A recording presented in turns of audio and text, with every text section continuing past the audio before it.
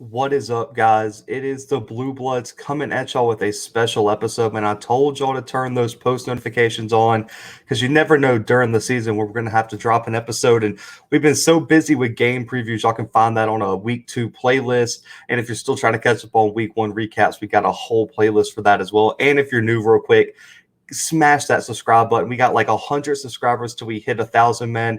Enter our giveaway. I'll announce the huge prize when we hit 1,000 subs. I promise you're going to want to enter your name in that. Thanks for the support, guys. But listen, the Big 12 has so much news coming out of it this afternoon and tonight. So I just named the title "The Future of the Big 12." What is it going to be? What is it going to look like? What can we expect? We're going to break it all down here. I'm going to try to keep this relatively short for your Friday night. I know we're all got other stuff to do. We're all excited for football tomorrow, but let's start with the news. I did a whole episode on it when it was kind of rumored about it, but I want to come back and address it that it's official. The Big 12 has officially extended invites today on Friday. It was announced on Houston's Twitter, BYU's Twitter, Cincinnati's Twitter, and UCF's Twitter that they are officially going to join the Big 12. They're holding press conferences as we speak, so you guys can probably go to their social media accounts and check that out.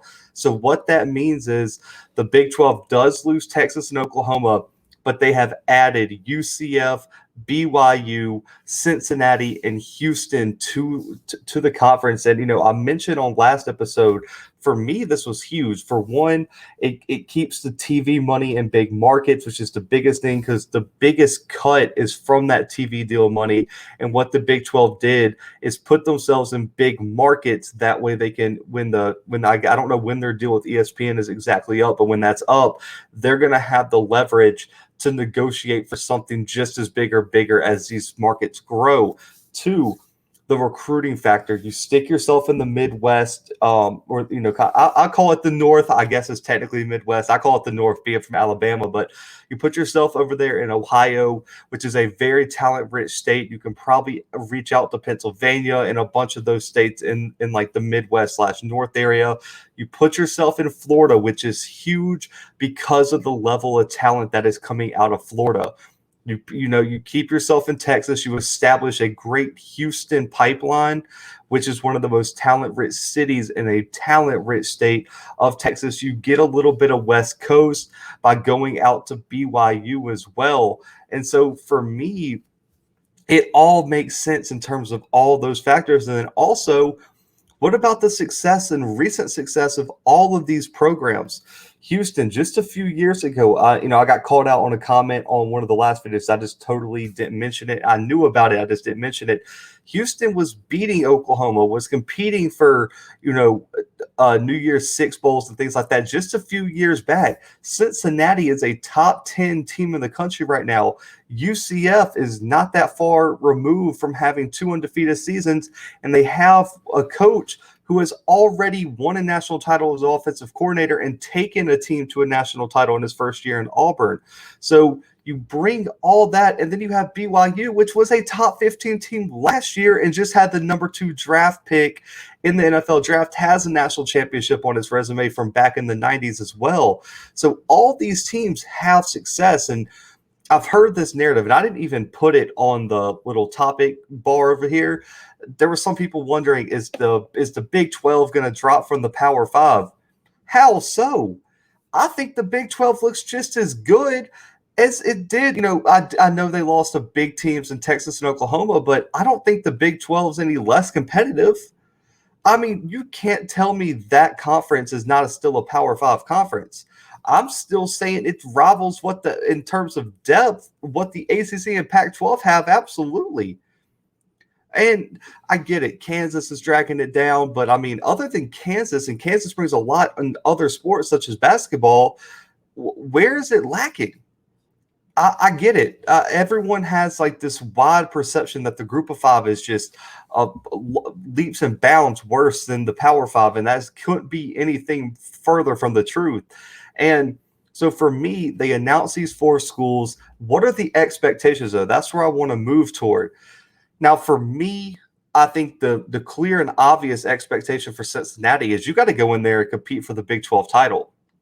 That's how good that team is. If you are going to be right now, if they got put to the conference, unless we can leave Oklahoma in there, they'd be the second highest ranked team in the Big 12 right now. The expectations are there for them to compete for a title immediately. I don't want a grace period or anything like that.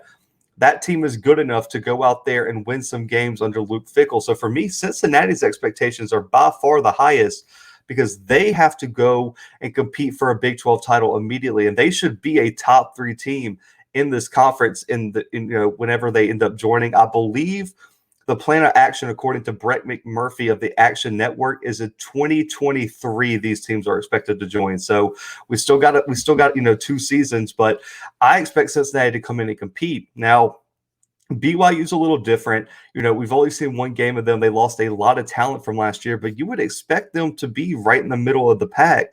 I don't think you would expect them to get blown out or handled. They compete year in and year out with Power 5 programs. I think BYU's right there. And what BYU's going to get is they're going to get a huge recruiting boost because now they're in a conference. They get all the conference revenue. I think that program is going to be set up for major, major success. But, I don't think the expectation for them early is to win the conference, but absolutely compete. And especially if they can find a way to replace Zach Wilson and all the talented NFL pieces that just left, that program is going to be just fine. Now, Houston's a little different. They almost beat Oklahoma State last year. They're kind of right now in that almost rebuilding phase to me, I believe, especially coming off of what they were just a few years back.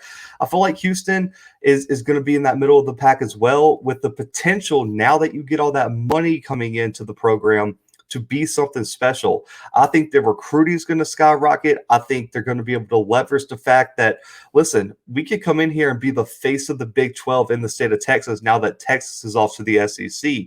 So I want to see how their recruiting strategy changes coming over to the Big 12 and where they put that money in that program in terms of improving facilities and things like that. Now, UCF is the most interesting case out of the bunch for me. Now, as y'all know, y'all see the jersey in the background, I am an Auburn alum. And so for me, I think Gus Malzahn was already primed to do big things at UCF. And now you add him to a Power 5 conference in the state of Florida, in which he could say, listen, like, we are the people to beat in the Big 12 if we start recruiting out of our own backyard. If Gus Malzahn and that staff can build a fence around Florida in terms of, recruiting for the Big 12, UCF is going to be a major, major problem. They are in the best, in my opinion, the best recruiting state in the conference. And for me, if they can put that money to just expanding resources just a little bit around that program, Gus Malzahn and UCF is going to be a major problem. And right now, I personally think they could probably be the maybe 4th best team in the Big 12 right now, maybe 3rd if they all click together. Dillon Gabriel is one of the better quarterbacks. I would probably rank him top 3 quarterbacks in the Big 12 right now if you added them. So for me, UCF is going to be an immediate factor in the Big 12. So for me, Cincinnati and UCF are going to be kind of like the Missouris when they join the SEC, where like you're expecting them to get to the championship game potentially. Now, I think, the other 2 teams in Houston and BYU are going to take, a year or 2 to kind of adjust, more, because I think they have a longer way to go to compete with the top of the Big 12. But for me, I don't think they're too far removed. I personally think all 4 of these teams have a chance to win a Big 12 title within 2 or 3 seasons of joining. I think they're that high quality additions. I don't believe in this huge gap between Group of 5 and Power 5. And I really think right now the Big 12 is set up to be one of the more competitive conferences in the country. I don't think there's, once you remove not even Texas, once you remove Oklahoma, that conference becomes a dogfight every year. Are you telling me that TCU, Iowa State, Cincinnati, UCF, who else you want to put in there? I think even Houston possibly, and BYU. Literally, I can name probably 7, 8 teams right now that you think could realistically, if they got hot, win the conference. Got to throw K-State in there with Chris Kleiman, who has knocked off Oklahoma back-to-back years and just got done smacking Stanford. This conference is going to be so deep. And so for me, I think it's a great job. I like what, even when you look at just the state of Texas, man, Baylor, Houston, Texas Tech, the Big 12 is fine, guys. But those are my expectations. Now, that third bullet point is for some people who might not know there are sources saying, I believe it's Dennis Dodd. Yeah, I found it right here. Dennis Dodd from CBS Sports reported that the Big 12 has already potentially identified its next two schools if it decides to move forward with more plans, more expansion plans. And so the two schools he identified are Boise State and Memphis. Now, this would be, in my opinion, huge for them. I already thought Boise State should have been one of their first choices just because of the history. They've been one of the most winningest programs in the country this past probably 2 decades. And then on the flip side, I think Memphis is a great location too. You get another Southern state in Tennessee, which gives you another recruiting layout, gives you a big market in Memphis and a pretty big city. So for me, I think those two would be great additions, and it gives you more pull on the West Coast and gets those TVIs as well. And Boise State's going to be competitive in the Big 12. I think right now they'd be one of the better teams in the conference still. Now, the traveling and the division question and everything, we're going to get to that soon, but that's going to be huge. But for me, these expansion plans are great because it's showing me that the Big 12 is dedicated to not falling behind any other conference. They're like, fine, you can take Texas and Oklahoma. We're going to go add the best of the best at the group of 5. And we're going to fill this conference up. We're going to give them some time to get the resources, the money flow in, and really experience the benefits of expansion. And so for me, the Big 12 has set themselves up for success. And for me, I would go ahead and try to get Boise State and Memphis on board. Adding those 6 teams, you would add probably 6 of the top 8 most successful group of 5 programs in the past 10 years. You would have almost everyone that mattered. I think the only 2 that you could possibly make an argument, I think there might be 3, and one almost really, really recent. Appalachian State, I think, deserves a shot at a Power 5. I also think Coastal Carolina recently, they're playing Kansas right now, and I believe when I started recording was up 21-9. And then also Louisiana Lafayette could be another one I think you could make an argument for. And then based off of last year, San Jose State is on that trajectory. So for me, you would have probably 6 of the top 8 teams coming to your conference. That would make all the sense in the world. You would have it stretched nationally. You would have multiple huge TV markets, multiple huge recruiting pipelines. The Big 12 is not standing pat, and to all the people who wrote this conference off and said it was just going to die are being proven way wrong on this. And the Big 12 has proven that they're ready to compete and they're not going to be left in the dust. And I think this is going to be one of the better conferences to watch, into the future. Now, what will it look like though? What I mean by this is how many conference games are they going to play? Are there going to be divisions? Where's the conference? Is the conference championship going to stay in Dallas? Everything like that. Now, for the conference, for the divisions, I think they have to. You have too many teams. Not everyone can play each other, so you're going to have divisions. And for me, I think there's only a few like rivalry games you're going to have to keep together in this conference. I would imagine, and one of them especially is Kansas State. That's probably the big one. You're probably going to have to keep them in the same division. But what I would do is try to avoid what the SEC has done. The SEC just kind of was like, we're going to throw one here and here and here. And now you got Missouri and Florida in the division. And you got Auburn and Georgia in different divisions. And the travel differences are huge there. And you got Texas A&M having to travel all the way to Alabama, but it doesn't make any sense. And then Texas A&M can't travel to just right there up there to Missouri, and they butchered the divisions. Just do it. Just make it make sense, guys. Keep the Midwest teams together. Add the West teams in there. Keep the 2. Make sure West Virginia and UCF are in the same division.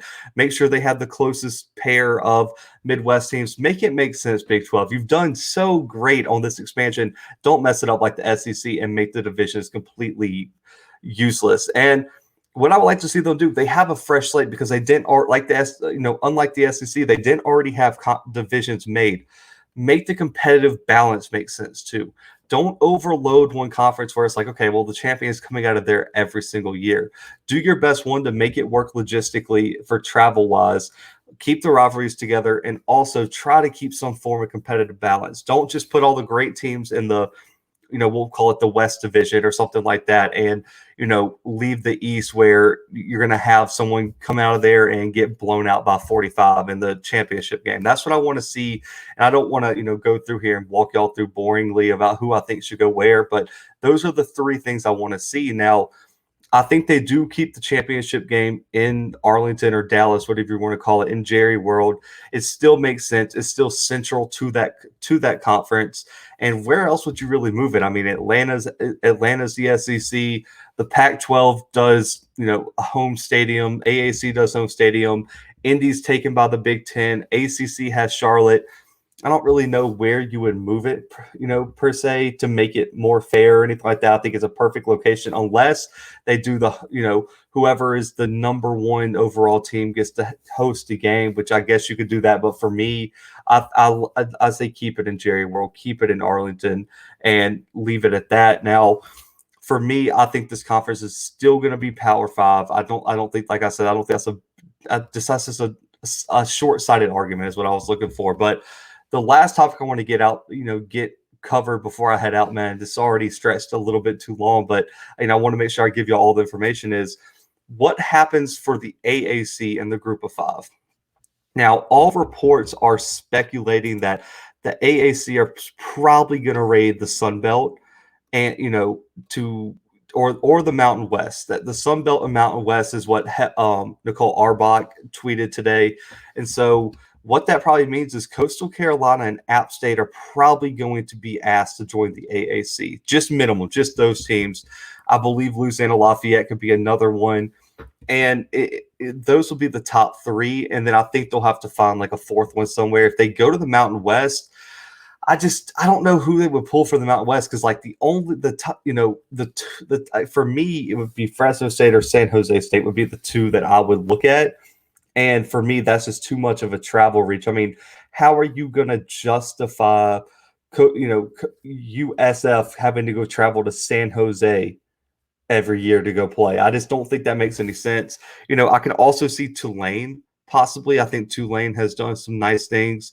I also think they could, if they were smart, they would also look at the MAC as well. I think they could pull some great MAC teams in there, get like a Marshall or someone like that to kind of keep it on somewhat the East Coast. I just think the Mountain West is a little bit too far away. And another school I think would be interesting is Liberty.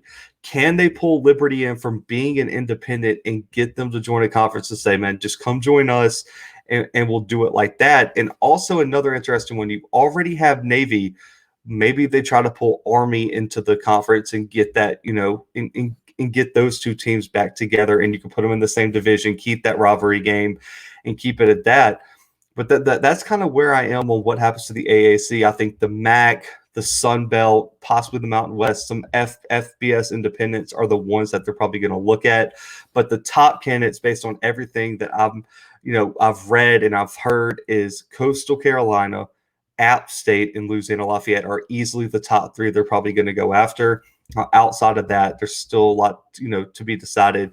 I think you possibly could even go, to like the CUSA or someone like that and get some great teams like a Southern Miss, maybe a FAU, someone like that to, kind of get back into the state of Florida the best you can. But guys, that is a wrap on my, whole coverage on this Big 12 expansion. It's been a long time coming.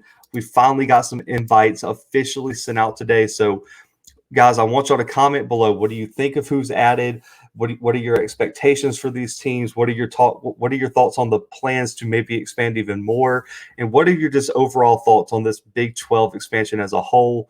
And also, guys, hit that subscribe button, man. We're so close to 1K, and I promise you we got the best, the best, and the high quality college football content on YouTube. You ain't going to find it anywhere better than right here on the Blue Blood. So hit that subscribe button. Give this video a thumbs up, man. It helps me get this content out here, and I can't thank y'all enough. But hope y'all have a great weekend. Hope your favorite team wins, unless you're playing Auburn. So if you're an Alabama State fan, hopefully that doesn't happen. But guys, I'll be back tomorrow with a week 2 instant reaction, be dropping at 10 p.m. Central Time. But until then, I am out.